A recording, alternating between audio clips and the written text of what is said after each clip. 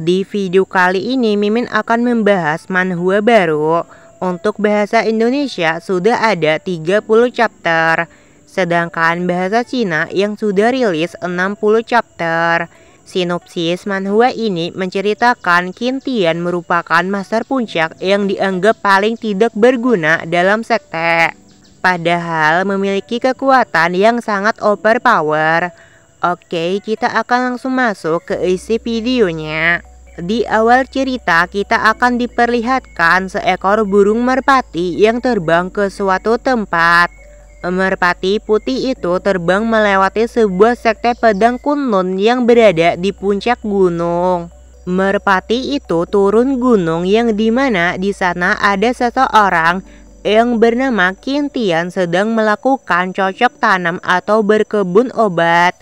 Di sini Qin Tian telah membuka pencapaian ke-108 di kebun obat. Tiba-tiba sistem memberitahukan hadiah harian penguasaan Transformation Art of Cell telah mencapai level 9. Qin Tian penasaran sudah sampai berapa basis kultivasinya sekarang. Qin Tian membuka panel sistem yang menampilkan nama Qin Tian.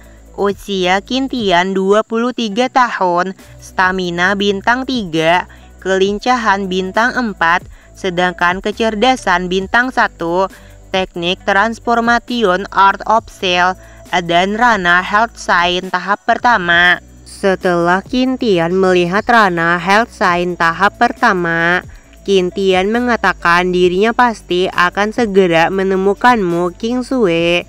Terlihat sekilas gambaran wanita yang Qin Tian cari berada di belakangnya. Dikarenakan Qin Tian sangat merindukan King Sue, alhasil Qin Tian langsung mencium cangkul yang berada di tangannya. Akan tetapi di sana juga ada kakak senior yang terkejut karena melihat Qin Tian sedang mencium cangkul. Qin Tian yang menyadari kedatangan kakak senior langsung melempar cangkul itu. Qin Tian berusaha menjelaskan kepada kakak senior, tapi kakak senior menghentikan Qin Tian berbicara dengan memegang kepala Qin Tian dan memeluknya. Kakak senior mengatakan adik junior sudah beranjak dewasa, jadi mulai sekarang kakak senior pasti akan lebih sering untuk berkunjung ke tempat Qin Tian.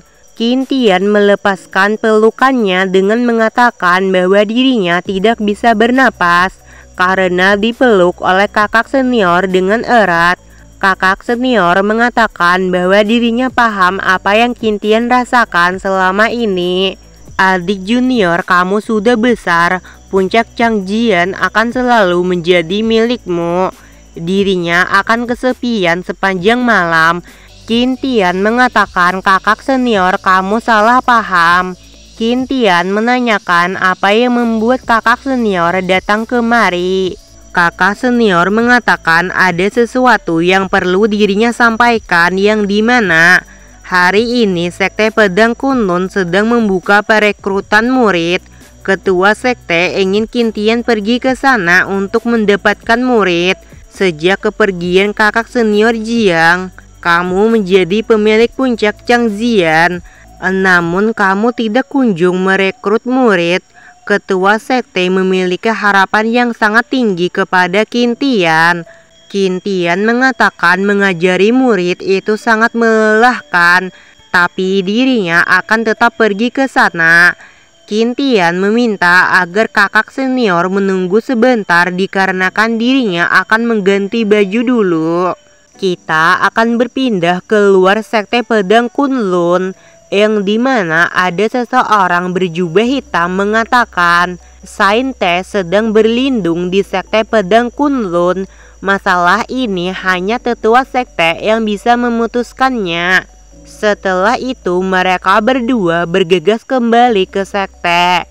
Kita akan kembali lagi ke sekte pedang Kunlun yang dimana orang-orang sudah siap mengikuti ujian perekrutan murid sekte Kunlun.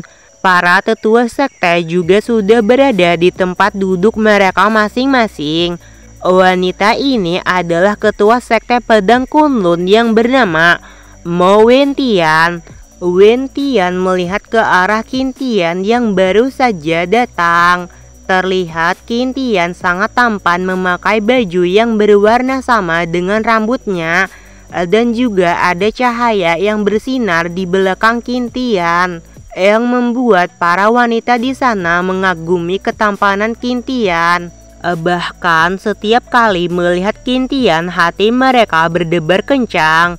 Para laki-laki sedang membicarakan Qin Tian yang berada di ranah Lindong, tapi dia berani menerima murid. Jika Qin Tian tidak menyelamatkan pemilik puncak sebelumnya, Jiang Qingsue. Semenjak pemilik puncak Jiang mencapai alam suci dan meninggalkan Dong Zhuo, puncak Changjiang tidak lagi sama. Jiang Qingsue adalah wanita yang Qin Tian pikirkan sebelumnya. Wen Tian melihat Qin Tian sedang mempelajari teknik berak yang baik dan benar. Alhasil Wen Tian yang marah memukul kepala Qin Tian dengan mengatakan, "Lihat dirimu pemilik puncak yang terhormat, berkebun dan bermain setiap hari, tapi basis kultivasimu hanya di ranah Lindong. Apakah Qin Tian tidak malu?" Qin Tian dengan polosnya mengatakan, "Kau yang meminta dirinya kemari bukan?" Wen Tian mengambil sebuah cambuk dengan mengatakan beraninya Qin Tian membantah. Qin Tian yang melihat Wen Tian marah langsung gemetar ketakutan. Tiba-tiba kakak senior datang. Kakak senior meminta agar ketua sekte berhenti menggoda adik junior. Sebagai satu-satunya ketua sekte yang berada di alam suci selama ribuan tahun, jika adik junior Jiang memilihnya, dia pasti memiliki sesuatu. Terlihat Qin Tian sangat tertekan oleh dua gunung yang berada di atas kepalanya. Di sana juga ada orang-orang yang membicarakan Qin Tian, yang dimana mereka sangat iri dengan Qin Tian yang memiliki wajah tampan sehingga bisa bertindak bebas. Bahkan ketua sekte 1 dari 6 semi sains Dong Zhuo dan So Feng, 1 dari 3 wanita paling cantik di Dong Zhuo, juga terpikat. Mereka yang tidak bisa menandingi ketampanan Qin Tian, jadi mereka hanya bisa menggeretakkan gigi mereka masing-masing. Di sana juga ada wanita yang sepertinya ikut dalam ujian perekrutan murid. Ketua sekte atau Wen Tian mengumumkan bahwa ujian perekrutan murid kali ini resmi dimulai. Terlihat orang-orang mulai mengantri untuk mengikuti ujian itu. Beberapa lama kemudian mereka pun telah selesai mengikuti ujian perekrutan murid. Di sana juga ada yang gagal dalam mengikuti ujian percobaan perekrutan murid. Salah satu tetua memanggil An Miaoling untuk segera maju dan mengikuti ujiannya. Terlihat An Miaoling memiliki wajah yang sangat cantik, dan dengan baju yang ia kenakan membuat orang-orang memuji An Miaoling yang sangat cantik seperti seorang peri. Di sana ada seseorang yang membayangkan An Miaoling menjadi miliknya. Tapi tiba-tiba ada seseorang yang memukulnya. Ia menanyakan kenapa kamu memukul dirinya. Orang itu mengatakan untuk memastikan kau tidak bermimpi. An Miaoling menyentuh alat khusus yang bertujuan untuk mengukur tingkat kekuatannya. Terlihat kristal itu berubah menjadi warna biru terang. Pancaran energi spiritual keluar dari kristal itu. Dan pada akhirnya energi spiritual itu berkumpul menjadi seekor burung Phoenix es. Alhasil Wen Tian terkejut dikarenakan itu adalah garis keturunan Phoenix es. Para tetua dan ketua sekte serentak turun ke arena ujian. Wen Tian mengatakan bahwa dirinya ingin mengangkat An Miaoling menjadi murid pribadinya. Apakah An Miaoling bersedia? An Miaoling yang mendengar ajakan dari Wen Tian tidak menjawabnya. Para tetua yang melihat ketua sekte telah ditolak merasa senang, dikarenakan mereka masih mempunyai kesempatan. para tetua mulai mempromosikan puncak sekte mereka masing-masing. Salah satu tetua mengatakan bahwa dirinya melihat An Miaoling membawa pedang. Sepertinya kamu seorang kultivator pedang. Dalam hal pedang, puncak Tianjian adalah yang terbaik di antara semua sekte. Tetua yang lain berusaha memperkenalkan sekte mereka. Pedang angin guntur dari puncak Yulai juga tidak buruk.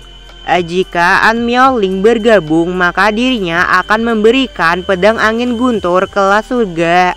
Ada juga tetua yang meminta An Miaoling bergabung dengan puncak Lingyao yang memiliki obat-obatan berlimpah. Wen Tian menanyakan puncak mana yang Miaoling inginkan, silahkan pilih, sekte tidak akan memaksa. Miaoling berbalik ke belakang menatap ke arah Qin Tian. Qin Tian yang menyadari Miaoling menatap tajam ke arah dirinya sedikit terkejut. Miaoling dengan lantang mengatakan dirinya memilih puncak Changjian dan menunjuk ke arah Qin Tian. Qin Tian menanyakan mengapa puncak Changjian yang Miaoling pilih. Di sini akan dijelaskan masa lalu Miaoling yang dimana di kehidupan yang sebelumnya dirinya adalah seorang kaisar wanita yang mengguncang dunia. Tapi dirinya dikhianati dan diserang oleh 3 kekuatan ranah emperor. Di reinkarnasi ini dirinya menjadi budak dari ketua iblis, tapi dirinya berhasil melarikan diri. Setelah melarikan diri dari sekte iblis, dirinya bergabung dengan sekte pedang Kunlun untuk mencari ketua sekte yang lemah. Selama identitas dirinya tidak diketahui, maka dengan bantuan catatan tertinggi dari kehidupan yang sebelumnya, dirinya yakin bisa menjadi seorang kaisar kembali. Tapi untuk sekarang dirinya harus bersembunyi di puncak Changjian ini. Kita akan diperlihatkan Qin Tian dan Miaoling yang telah sampai ke puncak Changjian. Di sana Qin Tian membuka pintu kamar lalu mereka berdua masuk ke dalam. Di dalam ruangan, Miaoling menyentuh meja yang terlihat sangatlah kotor atau berdebu. Qin Tian mengatakan bahwa ruangan ini sangat kotor. Miaoling berpikir apakah Qin Tian tidak membersihkannya selama bertahun-tahun. Dikarenakan ruangannya sangat berdebu, alhasil Miaoling bersin beberapa kali dapat terlihat debu yang berterbangan di dekat Miaoling. Qin Tian yang melihatnya mencoba mendekati Miaoling. Qin Tian membersihkan debu yang berada di wajah Miaoling. Miaoling yang terkejut langsung mundur ke belakang. Qin Tian menjelaskan bahwa dirinya hanya berusaha membersihkan debu yang berada di wajah Miaoling saja. Terlihat Miaoling menjaga jarak dengan Qin Tian. Miaoling ketakutan hanya karena disentuh oleh Qin Tian. Qin Tian menjelaskan ketika Miaoling menjadi muridnya, maka Miaoling harus mematuhi peraturannya. Miaoling memegang pipinya dengan mengatakan, di kehidupan yang sebelumnya tidak ada seorang pun pria yang berani menyentuhnya. Tapi sekarang Qin Tian berani mengambil keuntungan darinya. Qin Tian mulai menyebutkan peraturan yang pertama. Dirinya adalah orang yang sangat sibuk merawat tanaman dan bunga, terlalu banyak memakan waktu. Jadi mungkin dirinya tidak sempat untuk melatih Miaoling. Terlihat Miaoling kesal karena Miaoling berpikir bahwa Qin Tian menyentuhnya menggunakan jari itu yang kemungkinan Qin Tian telah merawat tanaman sebelumnya. Miaoling berniat memotong tangan Qin Tian ketika kultivasinya kembali. Qin Tian melanjutkan peraturan yang kedua. Dirinya akan memberikan beberapa tugas untuk Miaoling kerjakan. Terlihat Qin Tian sedang membersihkan kursi yang nantinya akan digunakan sebagai tempat duduk Qin Tian. Qin Tian menanyakan apakah Miaoling mendengar apa yang dirinya bicarakan. Miaoling yang mendengarnya langsung berlutut. Miaoling mengatakan bahwa dirinya mendengarnya. Qin Tian memberikan pujian kepada Miaoling karena tetap mempraktekkan ilmu pedangnya meski sudah menjadi muridnya, dia sangat rajin. Tiba-tiba Saista memberikan ucapan selamat kepada tuan rumah. karena telah mendapatkan murid yang luar biasa. Di sini System memberitahukan Miaoling adalah reinkarnasi dari kaisar wanita. Jadi Qin Tian harus melatihnya dengan baik. System juga memberikan 3 hadiah sekaligus. Hadiah yang pertama, semua seni bela diri akan naik 1 level. Hadiah yang kedua, Qin Tian mendapatkan senjata kaisar tingkat atas pedang kristal es. Dan hadiah yang ketiga, ilmu pedang tertinggi ketetapan hati pedang. Qin Tian yang sangat senang mendapatkan hadiah dari System. Qin Tian tanpa sadar bernyanyi dan menari ke sana kemari. Miaoling menanyakan apa yang sedang Qin Tian lakukan. Qin Tian mengatakan sekarang karena Miaoling telah menjadi muridnya, jadi dirinya akan memberikan Miaoling sebuah pedang. Terlihat dari tangan Qin Tian mengeluarkan pusaran angin dan pada akhirnya muncul sebuah pedang yang berada di tangannya. Qin Tian mengatakan anggap saja ini sebagai hadiah dari mastermu. Miaoling meremehkan pedang pemberian Qin Tian yang kemungkinan pedang kelas rendah, dikarenakan Qin Tian hanya berada di ranah spirit realm. Tapi setelah Miaoling menerimanya, Miaoling memberikan pujian terhadap pedang yang Qin Tian berikan karena sangat nyaman dan sangat pas di tangannya. Miaoling memperhatikan pedang itu. Tiba-tiba Miaoling terkejut dikarenakan pedang ini adalah senjata kaisar tingkat atas. Miaoling menanyakan apakah Qin Tian yakin memberikan pedang ini kepada dirinya. Qin Tian mengatakan pedang yang dirinya berikan itu lumayan bagus untuk Miaoling gunakan. Di sini Miaoling akan menjelaskan tentang tingkatan senjata. Senjata teknik dan pil dibagi menjadi 6. Yellow Grade, Profound Grade, Earth Grade, Heaven Grade, Emperor Grade, dan Supreme Grade. Di setiap grade memiliki 4 tingkatan, yaitu rendah, menengah, tinggi, dan tertinggi. Di kehidupan yang sebelumnya dirinya kesulitan melawan musuh karena dirinya hanya memiliki senjata berkualitas rendah. Miaoling menanyakan kenapa Qin Tian begitu baik kepada dirinya, padahal kita belum pernah bertemu sebelumnya. Qin Tian dengan santainya mengatakan, bukankah ini hal yang wajar jika seorang master memberikan hadiah kepada muridnya? Jika Miaoling tidak mau, maka kembalikan saja pedangnya. Dirinya juga punya kaos kaki berusia puluhan tahun. Jika Miaoling mau, dirinya bisa memberikan itu. Miaoling dengan tegas mengatakan dirinya tidak mau kaos kaki busuk itu. Miaoling berpikir apakah benar hanya karena telah menjadi muridnya, dirinya mendapatkan hadiah. Dikarenakan dirinya tidak mengerti, jadi dirinya akan mengamatinya terlebih dahulu. Terlihat Miaoling melukai tangannya dengan cara menggigitnya, lalu meneteskan darah Miaoling ke pedang kristal es. Tapi tanpa diduga lonjakan energi spiritual keluar dari pedang kristal es. Miaoling tidak mengerti mengapa bisa begini padahal dirinya hanya meneteskan darahnya saja. Terlihat lonjakan energi spiritual yang dahsyat keluar dari pedang kristal es itu sampai menembus langit. Wen Tian melihat ke arah puncak Changjiang yang mengeluarkan pancaran energi spiritual. Di suatu tempat juga ada hewan buas atau monster yang membuka matanya lalu menutupnya kembali.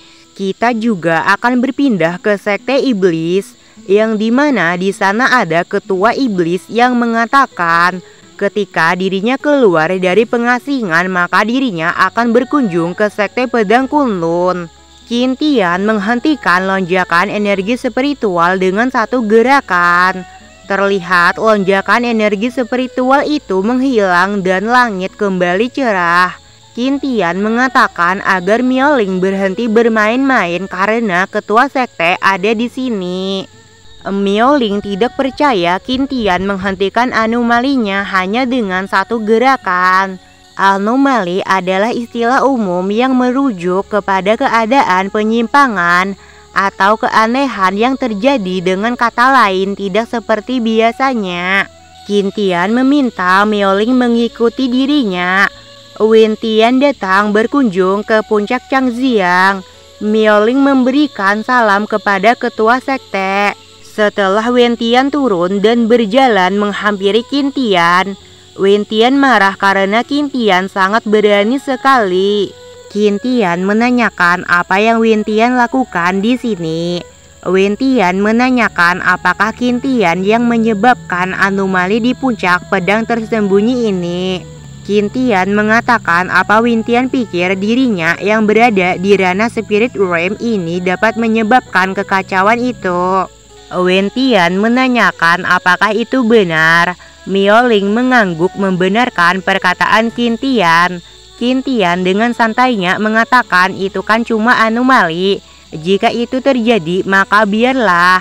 Wen Tian memukul kepala Qintian dengan mengatakan apa yang Qintian tahu. Jika anomali ini terjadi di sekte pedang Kundun, itu akan menyebabkan masalah untuk sekte. Qintian mengatakan itu hanya awan dan petir. Wen Tian berbalik dengan mengatakan Qintian harus lebih berhati-hati. Setelah Wen Tian pergi meninggalkan puncak Changjiang, Miaoling mengeluarkan pedang kristal es. Miaoling menggenggam erat pedang kristal es itu. Miaoling berpikir sebuah senjata kekaisaran tertinggi yang bisa menyebabkan anomali hanya dengan jentikan jari. Dan dengan jentikan jari yang lain bisa menghilangkan anomali. Miaoling merasa Qintian terus saja membuat dirinya penasaran. Keesokan harinya di pagi hari yang cerah ada seekor ayam betina yang berkokok. Kita akan berpindah ke menara pengunci iblis. Di sana ada seekor iblis yang menghitung. Ternyata itu adalah iblis gagak emas yang sedang melakukan push up. Iblis gagak emas itu mengatakan berlatih setiap hari tanpa henti. Lalu kita akan memiliki kesempatan lolos dari cengkraman dewa jahat. Gagak emas akan memiliki masa depan yang cerah. Pada saat hitungan push up ke 7666, gagak emas itu langsung ditangkap oleh Qintian di bagian lehernya. Qintian mulai mencabut bulu gagak emas itu. Terlihat dua iblis gagak emas ketakutan dengan mengatakan, "Kau dewa jahat yang membunuh tanpa mengedipkan mata." Qintian dengan senyum jahat terus mencabut bulu gagak emas itu tanpa henti. Terdengar suara teriakan gagak emas itu di dalam ruangan menara pengunci iblis. Terlihat gagak emas itu telah mati tanpa ada perlawanan. Dengan berjalan membawa gagak emas, Qintian memberikan pujian kepada gagak emas yang memiliki daging sangat keras karena selalu berlatih di menara pengunci iblis. Kita akan berpindah ke tempat Miaoling yang sedang berlatih keterampilan pedang. Miaoling membuka pedang kristal es dengan menggunakan niat pedang dingin. Miaoling perlahan membuka matanya. Dalam sekejap mata Miaoling berhasil menebas bambu. Terlihat bambu itu mulai membeku. Setelah bambu itu mulai terjatuh, Miaoling kembali memotongnya menjadi beberapa bagian. Miaoling berpikir meski dengan pengetahuan dari kehidupan yang sebelumnya, untuk memahami niat pedang masih sangatlah sulit. Qintian memberitahukan Miaoling bahwa makan malam sudah siap. Miaoling mengatakan bahwa dirinya sudah kenyang. Qintian menghentikan Miaoling berlatih dengan menggunakan panci. Qintian meminta agar Miaoling cepat makan. Miaoling menanyakan kapan Qintian datang dan apa peraturannya. Qintian mengatakan rumahku, peraturanku. Miaoling yang mendengarnya tidak dapat berkata apa-apa. Kita akan berpindah ke tempat makan, yang dimana Miaoling mencium baunya yang sangat menggoda. Hanya dengan menciumnya saja sudah terasa di mulutnya. Qintian datang dengan membawa sup ayam. Miaoling mengatakan bahwa senyum Qintian itu sangat menakutkan. Qintian menuangkan satu mangkok sup ayam dengan mengatakan, setelah makan Miaoling harus menerobos ranah Golden Body tahap pertama. Qintian memberikan semangkok sup gagak emas itu. Miaoling menanyakan apakah Qingtian baik-baik saja. Di sini akan dijelaskan ranah kultivasi dibagi menjadi Immortal, Transcendent Spirit, Golden Body, Nirvana, Fate, Health Sign, Holy Realm, Emperor Realm, Niner Realm. Setiap ranah memiliki 1-3 tahap untuk naik ke ranah selanjutnya. Miaoling mengatakan apakah Qingtian pikir dengan makan bisa membuat dirinya menerobos. Miaoling mulai memakan sup gagak emas itu. Setelah selesai memakannya, Miaoling terkejut sehingga membuat mangkok sup ayam itu terjatuh dan langsung pecah. Qingtian mengatakan ini dia yang dirinya tunggu-tunggu. Oke, sampai di sini aja dulu videonya. Kemarin ada yang komen minta Mimin bahas manhwa itu. Tapi setelah Mimin cek ternyata jumlah chapter lebih dari 300 chapter. Sedangkan Mimin upload videonya itu juga jarang. Bahkan bahasa Cina itu juga sudah ada 390 chapter. Tapi tenang aja, Mimin pasti akan membahasnya nanti jika channel ini sudah berkembang. Jika kalian bingung masalah ranah kultivasi, Mimin akan tulis di deskripsi video ini. Jika kalian suka dengan video manhwa ini, silahkan komen ya. Terima kasih kepada kalian semua yang selalu mendukung channel ini. Kita akan bertemu lagi di video yang selanjutnya dan bye-bye.